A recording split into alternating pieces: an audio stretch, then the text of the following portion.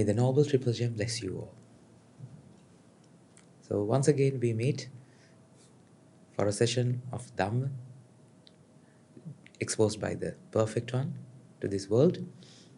So before proceeding with our discussion, we will pay our homage to the Noble Triple Gem and to the noble virtues of the Perfect One by chanting the Namaskara 3 times. Namo tassa bhagavato arahato samma sambuddhassa. Namo tassa bhagavato arahato samma sambuddhassa. Namo tassa bhagavato arahato samma sambuddhassa. So, dear children, we have been talking about this Dhamma, the teachings of the Lord Buddha, for quite some time now, and I hope with the help of the teachings that you have been able to relieve yourself out of suffering. Why do I say that the life is filled with suffering? This is not the suffering that we feel. Or in other words, it's not painful. Pain is something that you feel to your physical body. But the suffering that we talk about is something completely different. It is something that you experience with your mind, the mental suffering. So we'll look at about the problem in another point of view today. So all these efforts are for you to be free from the unnecessary suffering. Dear children, what Lord Buddha has identified as suffering is nothing else other than the happiness that you and the people of the world believe. That is pleasure. And why does Lord Buddha identify pleasure as suffering? How can you do that? And why do you have to do that? We'll try to solve this puzzle, enigma. Actually, we don't have to solve it. It has been already solved by the Perfect One 2,500 years ago. Dear children, what is inherently wrong with pleasure? So when pleasure comes, something very interesting happens in the mind. Pleasure actually holds your mind and it makes you to like it. That means it is the cause for liking to happen. And you can never prevent yourself from liking something. While you enjoy the pleasure, while you feel the pleasure, whatever happens in front of your eyes, whatever that you listen to, and whatever that you smell, you tend to like to that. Let's take an example. Let's say that you have been served a beautiful piece of cake.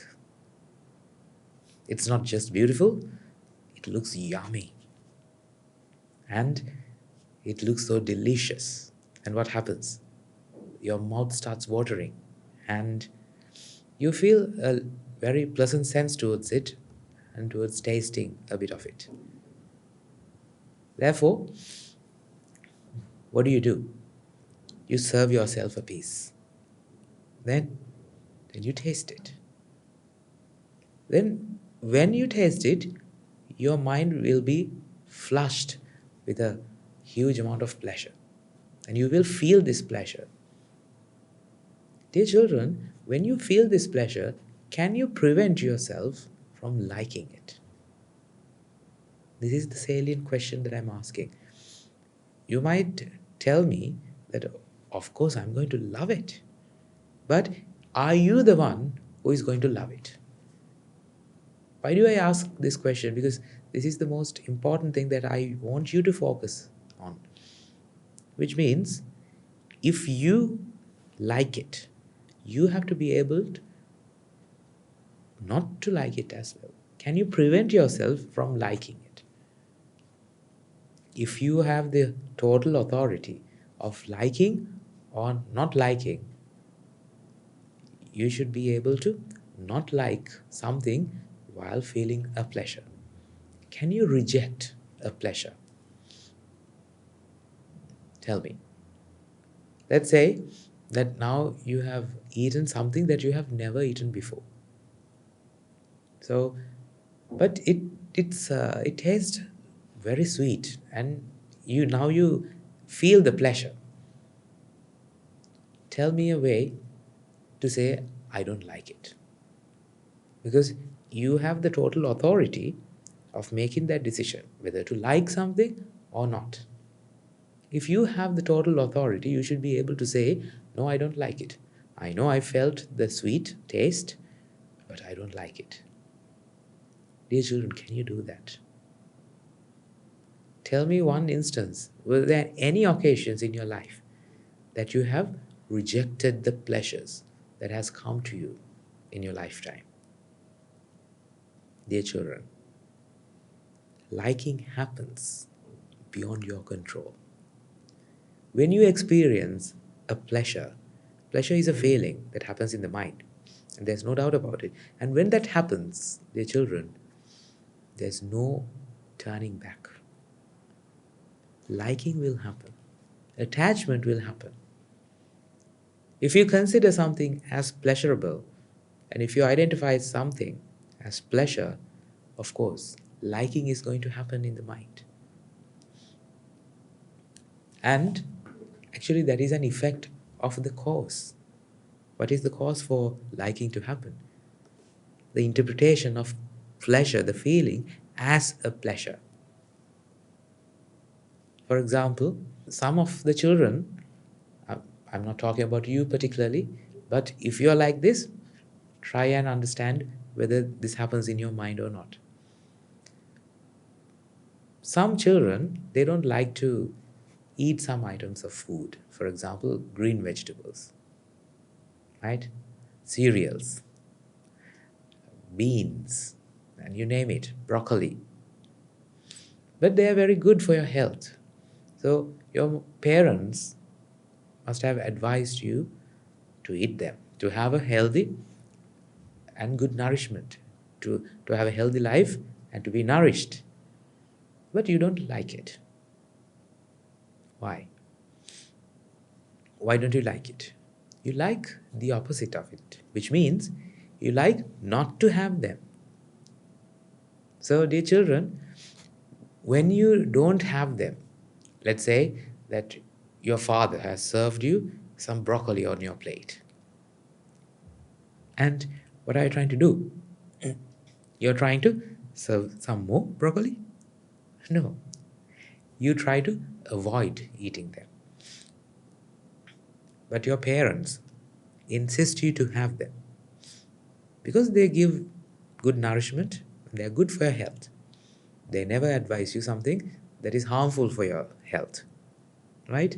So you believe in your parents, but despite of how much you love your parents, still you cannot make up your mind because you like something which is not to eat broccoli on your plate.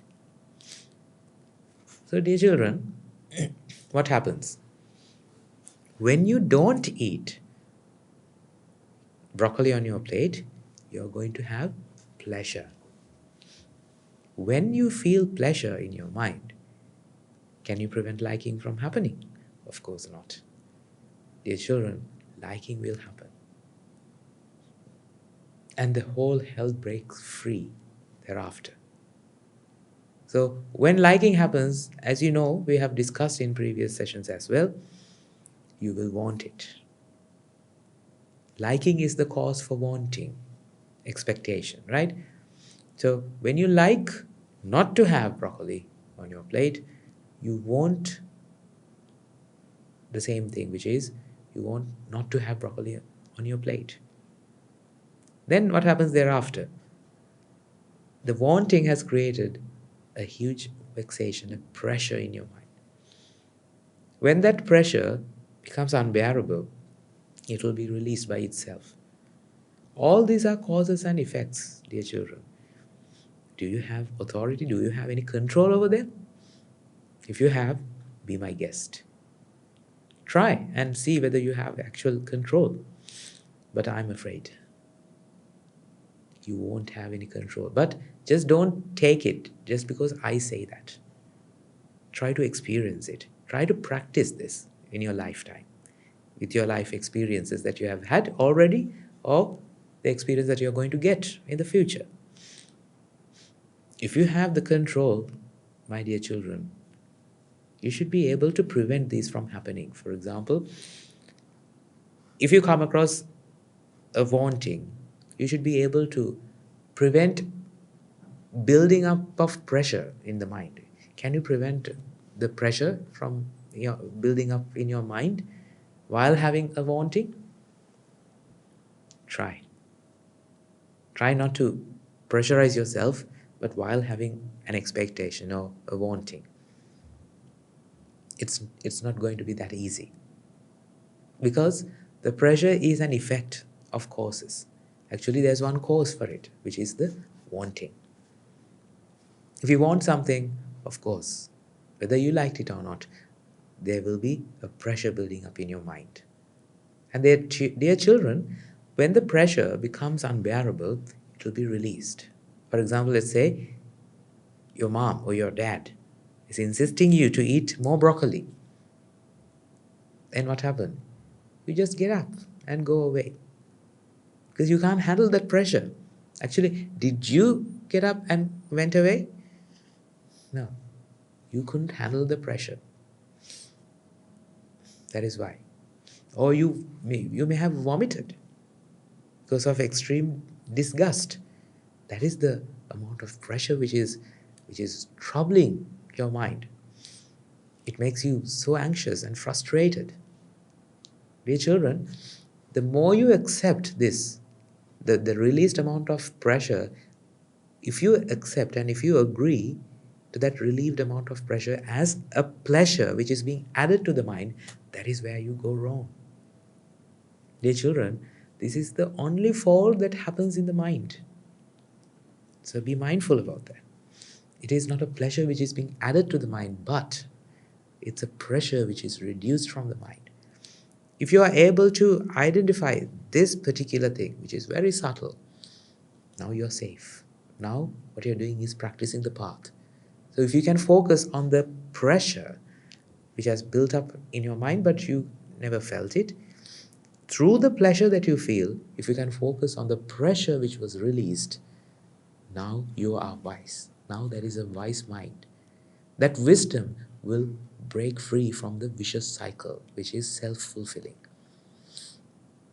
Dear children, when you feel this pleasure, if you can focus on, or if I feel this amount of pleasure, how much of a pressure have I been suffering from? This is the wisdom, dear children. So if you reflect on this, of course, the expectations, the wantings will diminish. You won't be troubled by those expectations. The trouble will be reduced, not as much as you suffered before. Therefore, you will be more comfortable with eating broccoli thereafter. But if you practice this more and more, you will know what I'm talking about. Therefore, whenever you are served broccoli on your plate, try to remember this. It will be a good learning point to practice the Dhamma. Whoever thought the broccoli on your plate could give you a moment of reflection on Dhamma? Who knows? So, dear children, we have learned something for today. So I hope you practice in your daily life and apply this Dhamma in order to be free from the suffering. So, with the merits that we have done, we have acquired an amount of merit which needs to be transferred to all sentient beings in the world. So let us do so and conclude this session. So let us give a moment to transfer all the merits that we have acquired today to all sentient beings in all worlds. If any of our ancestors have been born in the woeful plains, may all of them redeem themselves from the woeful plains and be born in the blissful plains. And may through the power of these merits, may all of them abstain from unmeritorious deeds, fulfill the meritorious deeds, fulfill the noble eightfold path, and attain the supreme bliss of Nibbana. Sadhu, sadhu, sadhu.